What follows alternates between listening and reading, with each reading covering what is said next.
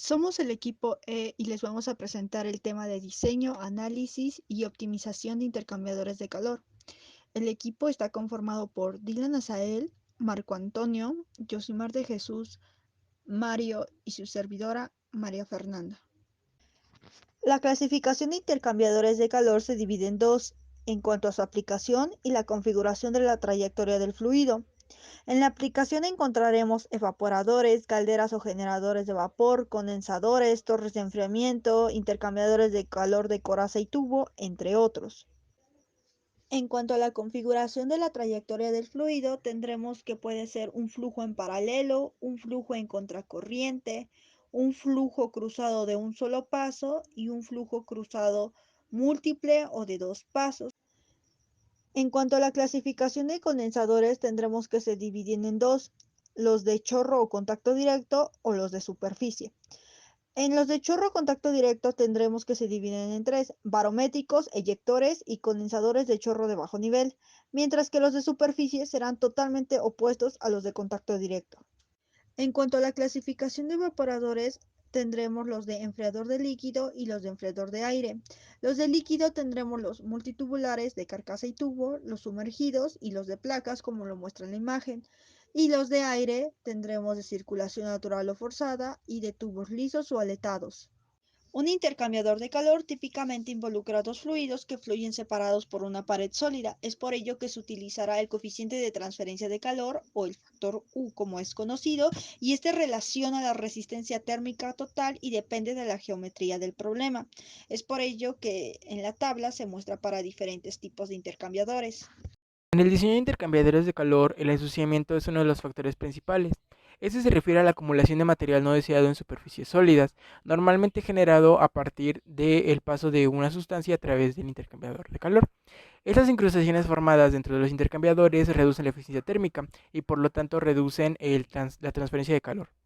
El ensuciamiento genera una capa de depósitos que representa una resistencia adicional a la transferencia de calor y por lo tanto disminuye la velocidad de transferencia. Este efecto se puede ver representado matemáticamente por el factor de incrustación, el cual es una medida de resistencia térmica general. Este puede variar respecto al tiempo según la velocidad de ensuciamiento de la sustancia que pasa por el intercambiador. El intercambiador de doble tubo es muy útil en la industria, puesto que se puede ensamblar a cualquier proceso sin representar un gran costo.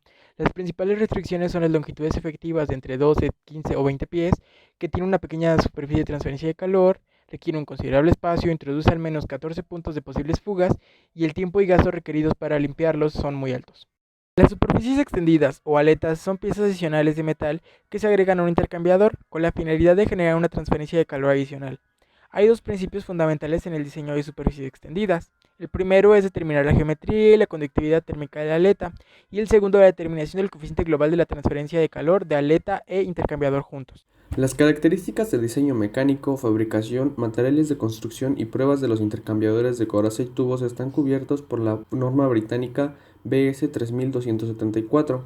También son de uso universal las normas de la Asociación Americana de Fabricantes de Intercambiadores de Calor y los estándares TEMA. En este caso, los estándares TEMA cubren tres clases de intercambiadores, como son los de clase R, C y B. La diferencia de temperatura media logarítmica solo es aplicable en la transferencia de calor en flujo en paralelo o en contracorriente. Para flujo a contracorriente, la temperatura media logarítmica está dada por la ecuación de la izquierda. También se tiene un factor de corrección que es una función de las temperaturas del fluido de la carcasa y del tubo y el número de paso de tubo y carcasa. El coeficiente de transferencia de calor se puede calcular a partir del número de Reynolds. Si tenemos un número de Reynolds menor a 2000, será flujo laminar, y si es mayor a 4000, el flujo será turbulento. También se debe tener en cuenta el factor de transferencia de calor y el factor de corrección de viscosidad.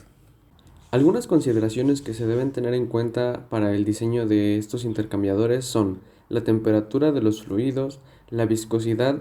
Con esta se obtendrá un coeficiente de transferencia más alto al material más viscoso, siempre que el flujo sea turbulento, además de la corrosión y el factor de ensuciamiento. La caída de presión es la pérdida que existe de presión en un sistema debido a la fricción existente entre partículas y con el tubo por el que pasa. Se ve influenciado por accesorios existentes en nuestro sistema, como pueden ser válvulas o codos, y podemos expresarlas en términos de un factor de fricción. Suele limitar el diseño de nuestro intercambiador al ser un factor a considerar. Existen métodos térmicos e hidráulicos distintos, pero en casi todos se parten de los datos de la cantidad de calor a transferir y las propiedades de los flujos que intervienen. Pese a ser distintos, todos pueden ser descritos en un mismo procedimiento general que se verá a continuación. Algunos de estos métodos son el de Tinker, el de Kerr, el de Bell Delaware y el de Will Johnson.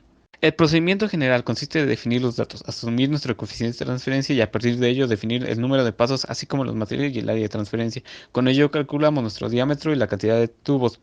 Una vez hecho esto, estimamos nuestro coeficiente y posicionamos los bables para una mejor transferencia. Calculamos el coeficiente total y comparamos con lo asumido. Revisamos nuestras especificaciones tras ello. En todos estos métodos debemos de considerar como datos de entrada nuestra caída de presión, a los límites máximos permitidos de nuestros datos, a nuestra cantidad de calor de transmitir y las propiedades de los flujos que intervienen. Asimismo, nos otorga beneficios como un conjunto de soluciones con una flexibilidad en su resultado y un mejor análisis económico si queremos enfocarlo desde ese punto de vista.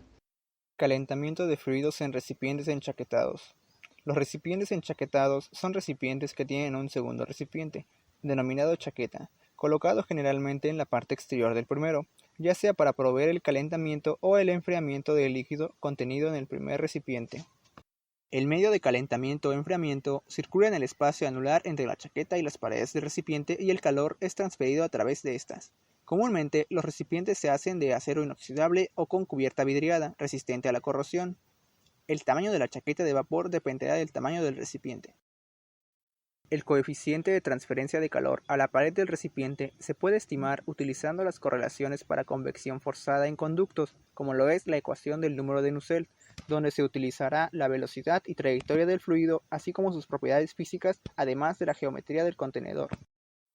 Para terminar, mostramos el listado de referencias bibliográficas utilizado para elaborar esta presentación, donde encontramos libros como Ingeniería del calor, Fundamentos de transferencia de momento, calor y masa, Proceso de transferencia de calor, entre otros. Agradecemos mucho tu atención y esperamos que la presentación haya sido de tu agrado.